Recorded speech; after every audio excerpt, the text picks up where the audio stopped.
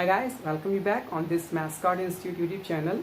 And friends, जो हम लोगों ने क्वेश्चन वर्ड की क्लास स्टार्ट की थी, इसमें हम लोगों ने लास्ट डे के वीडियो में फर्स्ट क्वेश्चन वर्ड देखा था व्हाट, उसी में हम कंटिन्यू करते हैं। और मैंने लास्ट डे की वीडियो में बताया था कि आने वाले कुछ दिनों में जितने भी तरह के क्वेश्चन वर्ड होते हैं हम लोग उनको करीब 6-7 वीडियोस में कवर करने की कोशिश करेंगे। तो उसी क्रम में आज एक नए क्वेश्चन वर्ड को लेते हैं। And today I am gonna have a new question word, that is what time. What time is समझते हैं?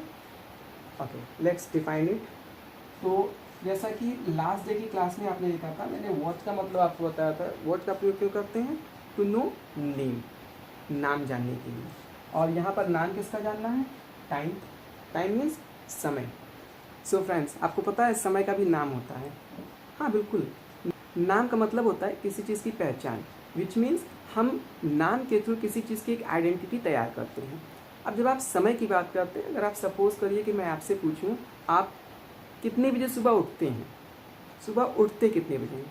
अब किसी ने कहा कि मैं 7 बजे उठता हूँ, तो आप जैसे ही कहते हो कि मैं 7 बजे उठता हूँ, हम लोग समझ जाते हैं कि आप किस समय पर उठते हैं। क्यों? क्योंकि जब हम 7 बजे, 8 बजे, 6 बजे, 9 बजे, 10 बजे, 12 बजे इस तरह की समय की बातें करते हैं, तो वो क्या है, समय का एक नाम दिया गया है जिसकी वजह से उसकी एक पहचान बनी हुई है। ओके, सो अब इसी चीज़ को मैं आपको बहुत सिंपल सेंटेंस में बताता हूँ कि जब कभी भी आप जानना चाहते हैं किसी भी काम को एग्जैक्ट घड़ी के सुई के अकॉर्डिंग कि कितने बजे कोई काम आपने किया था या करते हैं या करेंगे, वो ग्रामर पर डिपेंड करता है आपके, तो वहाँ पे हम प्रयोग करते हैं व्हाट टाइम का। ओके, हम लोग क्वेश्चन पे आते हैं। चलिए यहीं से स्टार्ट कर लेते हैं। मैंने आपसे पूछा सुबह कितने बजे उठते हैं। ओके, सो कितने बजे उठते हैं? लास्ट डे की क्लास में आपने देखा था कि जब हम क्वेश्चन पूछते हैं क्वेश्चन वर्ड से सबसे पहले हम क्वेश्चन वर्ड का ही यूज़ करते हैं। तो यहाँ पे आपका क्वेश्चन वर्ड क्या है? What time. उसके बाद हम प्रयोग करते हैं टाइम वर्ड का। हाँ, जो लोग ने भी पीछे क्लास नहीं देखा उसको अच्छे से देखिए, ये सारी चीज़ें आपको समझ में आएंगी। तो जब हम उठने की बात कर रहे हैं तो उठने का काम बार बार करते हैं, बार बार, विच मीन्स जो काम भी आपकी लाइफ का एक पार्ट होता है उसके लिए हम डू का प्रयोग करते हैं। What time do you. और अब हम यहाँ पर एक्शन क्या लिए थे? हम यहाँ पर एक्शन लिए थे कि आप सुबह में कितने बजे उठते हैं। उठना, दैट इज गेट अप का प्रयोग आप कर सकते हैं, वेकअप का प्रयोग आप कर सकते हैं, या एक किक द बेड का प्रयोग आप कर सकते हैं। इन सब का मतलब उठने से होता है।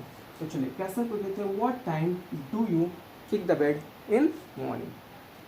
अब अगर आपको लगता है कि आप सुबह में 7 बजे उठते हैं, तो आपका आंसर क्या हो जाएगा? आई। और मैंने बताया था डू से क्वेश्चन होता है तो हम सीधे यूज कर लेते हैं एक्शन की first form. I kick the bed in morning. और यहाँ पर एक चीज़ का ध्यान रखिएगा कि जब भी कभी हम समय बताएंगे तो समय से पहले हमेशा एट का प्रयोग करेंगे। ठीक है, I kick the bed in morning at 7 o'clock। Okay, यहाँ पे आप छोटी सी एक बात और समझ लीजिए कि किक द बेड ऐसा होता है कि उठना, उठने का मतलब बिस्तर छोड़ने से है। अगर आप 2 सेंटेंस का प्रयोग करते हैं, जैसे नॉर्मली विंटर सीजन में क्या होता है, आप कहें कि मैं सुबह 7 बजे उठ जाता हूँ बट बिस्तर छोड़ता हूँ करीब 7:30 बजे, तो क्या हो जाएगा? आई get up in morning approx 7 o'clock। Approx, देखिए यहाँ पे जैसे आपने एट का प्रयोग किया, हम एक और ले सकते हैं अप्रॉक्स, जो कि आप जानते हैं ये क्या है? अप्रॉक्सीमेट। अप्रॉक्सीमेट मतलब लगभग, उसको शॉर्ट में अप्रॉक्स बोलते हैं। सो अप्रॉक्स 7 o'clock। पूरा आंसर क्या हो गया? आई get up in morning approx 7 o'clock but I kick the bed 7:30। अब देखते हैं जनरली ठंडी के सीजन में लोग उड़ जाते हैं बट बिस्तर से बाहर निकलने में समय ले ही लेते हैं। तो अगर आपने सिर्फ एक एक्शन का प्रयोग किया किक द बेड, तो इसका मतलब उठने से ही हो जाएगा। लेकिन अगर आप गेट अप या वेकअप के साथ किक द बेड करते हैं तो उठने का समय अलग और बिस्तर छोड़ने का समय अलग आपका हो जाएगा। ओके, चलिए यहाँ पर जैसे हमने ऐड को देखा, अप्रॉक्स को देखा, इसी तरह पहले मैं एक और आपको प्रीपोजिशन बता देता हूँ, फिर हम लोग कुछ आगे एग्जाम्पल पाएंगे। इसी तरह प्रयोग करते हैं बाय का। जैसे किसी ने कहा कि I get up in morning by 7 o'clock। 7 o'clock, तो अब इसका मतलब क्या है कि मैं 7 बजे तक उठ जाता हूँ।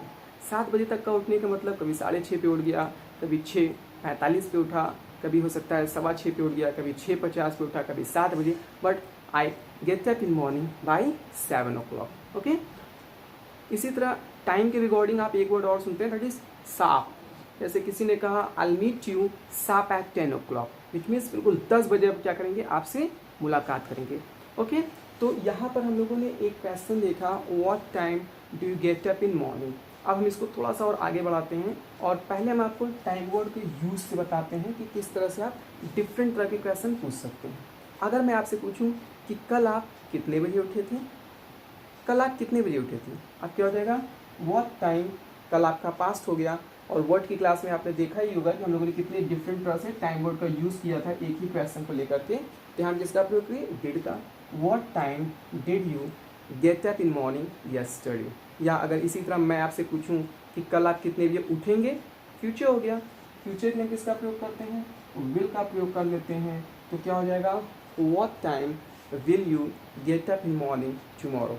अगर मैं आपसे पूछूं कि आपके पिताजी कितने बजे उठते हैं, पिताजी कोई और हो गए, किसी और के लिए किसका प्रयोग करते हैं, डज का प्रयोग करते हैं. तो अब आपका क्वेश्चन क्या हो जाएगा, what time does your father get up in morning. Okay, so ध्यान रखिए यहाँ पे मैं इन चीज़ों को बहुत जल्दी आपको बता दे रहा हूँ क्योंकि मैं उम्मीद करता हूँ आप इन चीज़ों को समझ गए होंगे. सो अब हम लोग कुछ अलग तरह के एग्जाम्पल लेते हैं.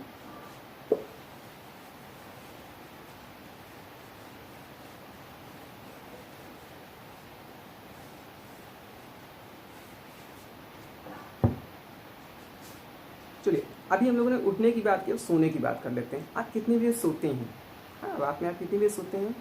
सोना, practice, go to bed. Go to bed मतलब सोने से होता है, या आप यहाँ पे एक और भी वर्ड यूज़ कर सकते हैं, retire to bed. Okay friends, generally हम सोने के लिए स्लीप वर्ड यूज़ करते हैं, बट आप भी जानते हैं कि हम कितने बजे सोने जाते हैं इसका हमको समय का आइडिया होता है, बट कितने बजे सो जाते हैं ये बता पाना थोड़ा मुश्किल होता है. ऐसा तो है नहीं कि आप ही देखिए 10 बज गया सो गए, होता है कभी, बिल्कुल नहीं. हाँ, तो इसलिए हम जनरली यहाँ पे प्रयोग करते हैं गो टू बेड या रिटायर टू बेड का. तो चलिए हम बात करते हैं कि आप कितने बजे सोते हैं. अब क्वेश्चन क्या हो जाएगा, समय जानना चाह रहे हैं, समय जानने के लिए किसका प्रयोग करते हैं, व्हाट टाइम का. So what time do you, what time do you go to bed. Okay, और what time do you retire to bed. या जनरली आप देखते हैं कि लोगों की रूटीन क्या होता है, वीकेंड पर डिफरेंट होता है. तो नेक्स्ट डे छुट्टी होती है. अगर मैं आपसे पूछूं कि Saturday night, last Saturday night आप कितनी बजे सोए थे. सो वैसे तो इस समय ऐसा रूटीन चल रहा है कि आपको पता ही नहीं कब आपकी जॉब है, कब हॉलीडे है, स्कूल कोचिंग बंदी है. बट फिर भी नॉर्मल डेज में ऐसा होता है कि सैटरडे की नाइट लोग लेट सोते हैं क्योंकि पता होता है नेक्स्ट डे संडे होता है, तो सुबह देर तक सो के उठ सकते हैं. तो चलिए अगर मैं आपसे पूछूं कि लास्ट सैटरडे को आप कितने बजे सोए थे, क्वेश्चन क्या देगा, what time did you, last हो गया, go to bed on last Saturday, या what time did you retire to bed on last Saturday. Okay, इसी तरह अगर मैं आपसे पूछूं आप ब्रेकफास्ट कितने बजे करते हैं, ब्रेकफास्ट कितने बजे करते हैं, तो क्वेश्चन क्या हो जाएगा, what time do you take breakfast ना. या मैं आपसे पूछूं आप ऑफिस से वापस कितने बजे आते हैं, या जो लोग स्कूल कोचिंग कॉलेज या शॉप पर जाते हैं तो वो वापस कितने बजे आते हैं, कोई भी एक्शन आप यूज़ कर लीजिए. व्हाट टाइम, कहीं से वापस होना. देखिए जब हम कहीं जाते हैं तो कहीं जाते हैं यानी किसी प्लेस से जब हम लीव करते हैं तो वहाँ टू का प्रयोग करते हैं. जैसे go to market, shop, hospital, office, college, कहीं पर भी हम जाते हैं उस प्लेस से लीव करते हैं इसलिए टू का प्रयोग करते हैं. लेकिन हम कहीं से आते हैं, किसी प्लेस को छोड़ते हैं यानी वहाँ से निकलते हैं, तो ऐसे में हम क्या करते हैं, फ्रॉम का प्रयोग करते हैं. ओके, तो यहाँ पे क्या हो जाएगा, वापस आना, कम बैक. और वापस कहाँ से आना है, फ्रॉम ऑफिस. ये आपका बन गया एक्शन. ध्यान रखिएगा कहीं से निकलते समय, कहीं किसी स्थान को छोड़ते समय हम फ्रॉम का प्रयोग करते हैं. जैसे आपने कहा मैं मार्केट से आ रहा हूँ, मार्केट से आ रहा हूँ विच मीन्स मार्केट को छोड़ रहा हूँ, वहाँ से निकला हूँ. So I am coming from market. Okay, so what time do you come back from office, और what time do you come back from college. Okay, बहुत सा क्वेश्चन हो सकता है. मैं आपसे पूछूं कि आपका भाई स्कूल कितने बजे जाता है, what time does your brother go to school. या अगर मैं आपसे पूछूं कि आप लंच कितने बजे करते हैं, what time do you take lunch. या मैं आपसे पूछूं कि आप कल मुझसे कितने बजे मिलेंगे, what time will you meet to me tomorrow. Okay, अब डिपेंड करता है आप कहाँ पर समय जानना चाह रहे हैं, और मैं उम्मीद करता हूँ आप इसको अच्छे से समझ गए होंगे। ठीक है, तो टाइम से रिलेटेड मैं कुछ छोटी छोटी चीज़ों पर और बात कर लेता हूँ, उसके बाद आज ही की क्लास में मैं एक और क्वेश्चन वर्ड को लेकर बात करूँगा। तो जहाँ तक टाइम की बात होती है, अब हम लोग सारा काम एग्जैक्ट समय पर ही तो नहीं कर लेते हैं ना। मैंने आपसे पूछा what time do you go to office, और आपने कहा I go to office at 9 o'clock, और I go to office at 10 o'clock। ऐसा तो नहीं कि आप सारा काम जो है 9 बजे, 10 बजे, 11 बजे, 12 मीन्स इतने एग्जैक्ट समय करते हो। कभी कभी हो सकता है 9:15 बज जाता हो सकता है आप भी कहें कि मैं 9:15 पर ऑफिस जाता हूँ।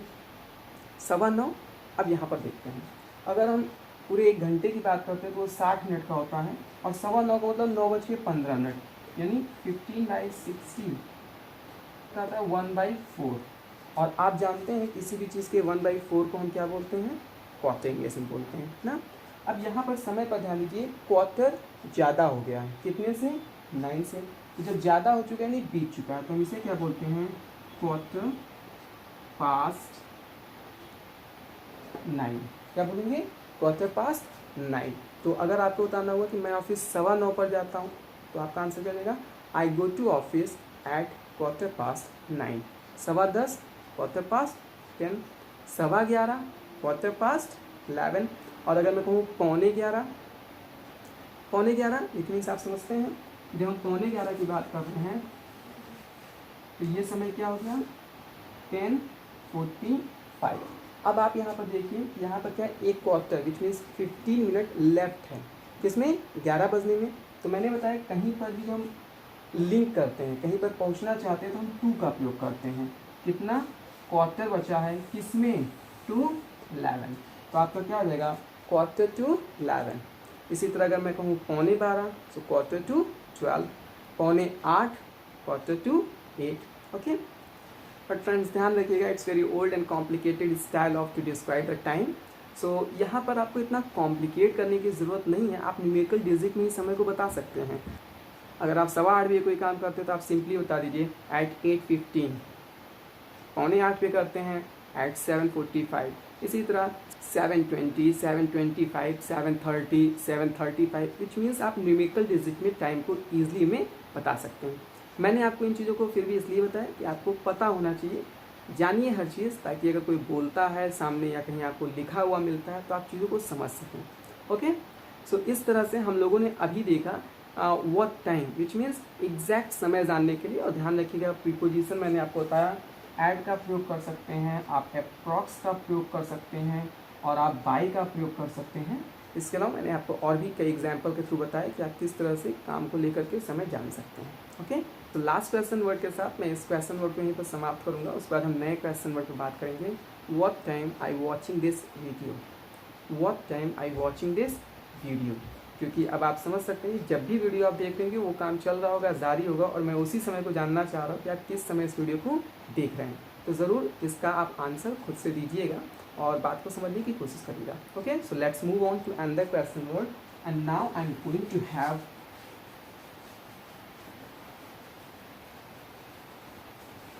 Next question word, that is where.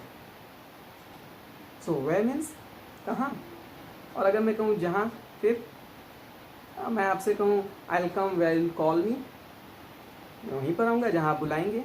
आप लीजिए वेयर का मतलब तो यहाँ पर जहाँ आ गया। तो मैंने लास्ट डे की क्लास में आपको बताया था कि किसी भी क्वेश्चन वर्ड की कोई हिंदी नहीं होती है, हर क्वेश्चन वर्ड का अपना एक सेंस है, उस सेंस को समझिएगा। और साथ ही साथ मैं आपको अभी यहाँ पर ये भी बात क्लियर कर दूँगा कि क्यों इस तरह से दो अर्थ आते हैं। तो पहले हम लोग इस क्वेश्चन वर्ड को समझते हैं। तो वेयर का प्रयोग हम लोग क्यों करते हैं, वेयर का प्रयोग हम लोग करते हैं to no place, to no place. ध्यान रखिएगा, अगर कभी भी कोई भी काम होता है तो हर काम किसी न किसी स्थान पर होता है, किसी न किसी प्लेस पर होता है, और जब भी कभी हम उस स्थान को जानना चाहते हैं, उस प्लेस को जानना चाहते हैं, तो ऐसी जगहों पे हम किसका प्रयोग करते हैं, और वेयर का प्रयोग करते हैं। ओके, सो एक बहुत ही ऑर्डिनरी क्वेश्चन से मैं आप लोगों को इसका एग्जाम्पल स्टार्ट कर रहा हूँ, और मैं आपसे पूछता हूँ आप रहते कहाँ हैं। ये आपके रहने का काम कहीं ना कहीं तो होता होगा, और जहाँ कहीं भी आप रहते हैं बस उसी प्लेस को तो जानना है। तो क्वेश्चन क्या हो जाएगा, वेयर, जहाँ तक रहने की बात है, जहाँ भी आप रह रहे होंगे बार बार रहने का काम होता होगा, इसलिए डू का प्रयोग कर लेंगे, यू का प्रयोग किए और लिव। तो पूरा क्वेश्चन में क्या हो गया, where do you live. Okay, so ध्यान रखिएगा, कुछ लोग कंफ्यूज होते हैं। एक होता है लीव, लीव मीन्स छोड़ना, एक होता है लिव, लिव मीन्स रहना। Where do you live. Okay, so अब अगर आपको बताना हुआ कि आप रहते कहाँ हैं, तो यहाँ पर एक छोटे से कॉन्सेप्ट को समझिए। जब भी आप किसी प्लेस को डिस्क्राइब करते हैं तो हो सकता है आपको प्लेस में दो चीज़ें मेंशन करनी पड़े। जैसे अगर आप अपने लिए बताते हैं तो हो सकता है आप बताएं आई लिव, और क्या बताएंगे, एक आप हो सकता है अपने लोकेशन को कॉलोनी वाइज या एरिया वाइज किसी तरह डिस्क्राइब करना चाहें, और दूसरा डिस्ट्रिक्ट में। ओके, तो सपोज करिए कि आपने बता दिया कि मैं सिगरा वाराणसी में रहता हूँ। सो आई लिव, छोटे प्लेस से पहले हमेशा ऐड का प्रयोग करेंगे। आई लिव एट सिगरा इन वाराणसी। ओके, तो यहाँ पर आपको ध्यान किस चीज़ का देना है कि जब भी कभी हम दो प्लेस को मेंशन करते हैं तो छोटे प्लेस से पहले हमेशा एट और बड़े प्लेस से पहले हमेशा इनका प्रयोग करते हैं। अगर आप इसी तरह से बनारस में ही रह करके किसी को अपना लोकेशन बता रहे हो तो हो सकता है आप क्या करें, सिगरा एक बहुत बड़ा क्षेत्र है और आप अपनी कॉलोनी को हो सकता है डिस्क्राइब करना चाह रहे हो।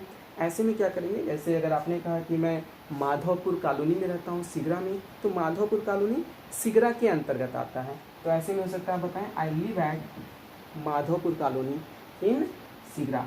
अब यहाँ पर कॉलोनी छोटा प्लेस है इसलिए ऐट का प्रयोग किए, ऐट माधवपुर कॉलोनी, और लोकेशन आपका सिगरा एरिया में आ रहा है जो कि बड़ा प्लेस है इसलिए यहाँ इनका प्रयोग कर लेंगे। तो हमेशा अगर आप कभी भी किसी प्लेस को मेंशन करते हैं और ऐसे में अगर आप दो प्लेस का जिक्र कर रहे हैं तो छोटे प्लेस से पहले हमेशा ऐट और बड़े प्लेस से पहले इनका प्रयोग करिए। ओके, सो हम लोग और क्वेश्चन पे आते हैं।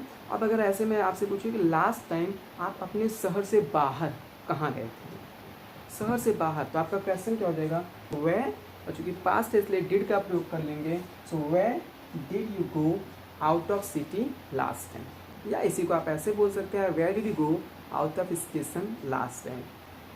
अदरवाइज मैं आपसे पूछूँ नेक्स्ट टाइम आप पिकनिक पर कहाँ जाएंगे, तो क्या हो जाएगा, where will you go to picnic next time. Okay, मैं आपसे पूछूँ लास्ट टाइम आपने मूवी कहाँ देखा था, so where did you watch movie last time. या मैं आपसे पूछूँ अपना बर्थडे नेक्स्ट टाइम कहाँ पर सेलिब्रेट करेंगे, क्या हो जाएगा, where will you celebrate your birthday next time. और अगर मैं आपसे पूछूँ कि आपका भाई कहाँ पढ़ता है, आप क्वेश्चन क्या हो जाएगा, आपका भाई कहाँ पढ़ता है।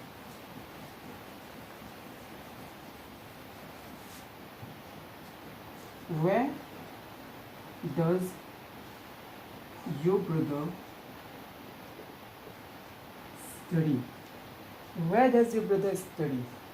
So अब ये क्वेश्चन मैंने आपसे स्पेशली इसलिए पूछा फ्रेंड्स, जब किसी भी ग्रामर की बात आती है तो हम जब उसको समझने की बात करते हैं तो 90 to 95% क्या होता है, कंसेप्ट होता है जिस बेस हम करते हैं, और हर ग्रामर का आप देखेंगे कुछ ऐसे यूज़ होते हैं जो किसी नियम के आधार पर नहीं होता है, तो उसको आप अपने नेचुरल सेंस के आधार पर समझिए कि हम भाषा में किस तरह से यूज़ करते हैं।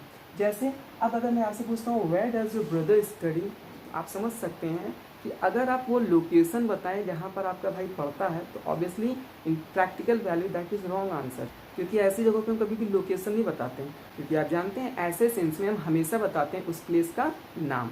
तो अगर कोई आपसे पूछता है किसी स्कूल के बारे में, कॉलेज के बारे में, ऑफिस के बारे में, तो ऐसे में आप उसके लोकेशन को नहीं डिस्क्राइब करते बल्कि उसके नाम को बताते हैं। अगर आपसे कोई पूछता है where does your brother study, तो ज़रूर आप बताएंगे my brother studies in saint Mary school. So यहाँ पर अब आप सेंट मैरी स्कूल का लोकेशन नहीं बताने वाले। सो इसीलिए मैं बताया कुछ जगहों पर अपने कॉमन सेंस का यूज़ करिए, और लोकेशन नहीं बल्कि हो सकता है आपसे वहाँ पर उस चीज़ का नाम जानना चाह रहे हैं, तो वो क्वेश्चन में आपको समझ में आएगा। ओके, सो फ्रेंड्स, जैसा कि अभी मैंने आपको बताया था कि किसी क्वेश्चन वर्ड के कभी कभी दो सेंस होते हैं, तो उसको अब मैं आपको समझा रहा हूँ, ध्यान से समझिएगा ऐसा होता क्यों है।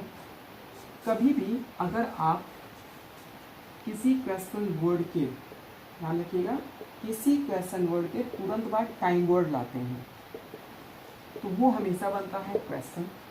बट अगर आप किसी भी क्वेश्चन वर्ड के तुरंत बाद सब्जेक्ट लेकर के आते हैं, विच मीन्स आई यू ही सी दे या किसी का नाम, तो वो क्वेश्चन नहीं क्रिएट करता है, बल्कि वो काम करता है कंजंक्शन का। कंजंक्शन यानी दो सेंटेंस को जोड़ने का काम करता है। कैसे, चलिए मैं दिखाता हूँ। जैसे अगर मैं आपसे पूछूं वेयर, अभी मैंने क्वेश्चन किया था, विल यू गो टू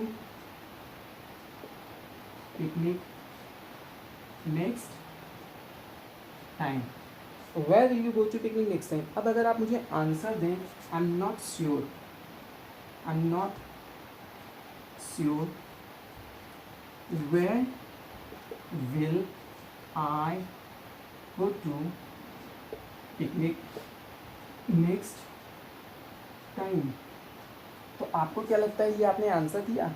अरे नहीं, वेयर क्वेश्चन वर्ड है और तुरंत इसके बाद आपने क्या किया, टाइम वर्ड का प्रयोग किया, ये तो आपने फिर से क्वेश्चन कर लिया। आपने कहा I am not sure where will I go to picnic next time, मतलब where will I go to picnic next time, मैं पिकनिक पर कहाँ जाऊँगा, इट्स क्रिएटिंग अ क्वेश्चन। तो अगर आपको इसी आंसर को देना होता तो शायद आप यहाँ पर क्या बोलते हैं, और सही आंसर जो होता, I am not sure where I will go to picnic next time, which means मुझे नहीं पता कि मैं अगली बार पिकनिक कहाँ जाऊँगा। तो यहाँ पर ये कहाँ क्वेश्चन नहीं क्रिएट कर रहा, ये कंजंक्शन काम कर रहा है सेंटेंस को जोड़ने के लिए। जैसे मैंने शुरू में ही आपको पहले सेंटेंस होता है I will come where you will call me, I will come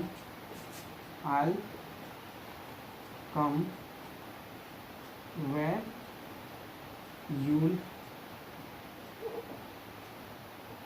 call me, which means जहाँ तुम बुलाओगे मैं आ जाऊँगा।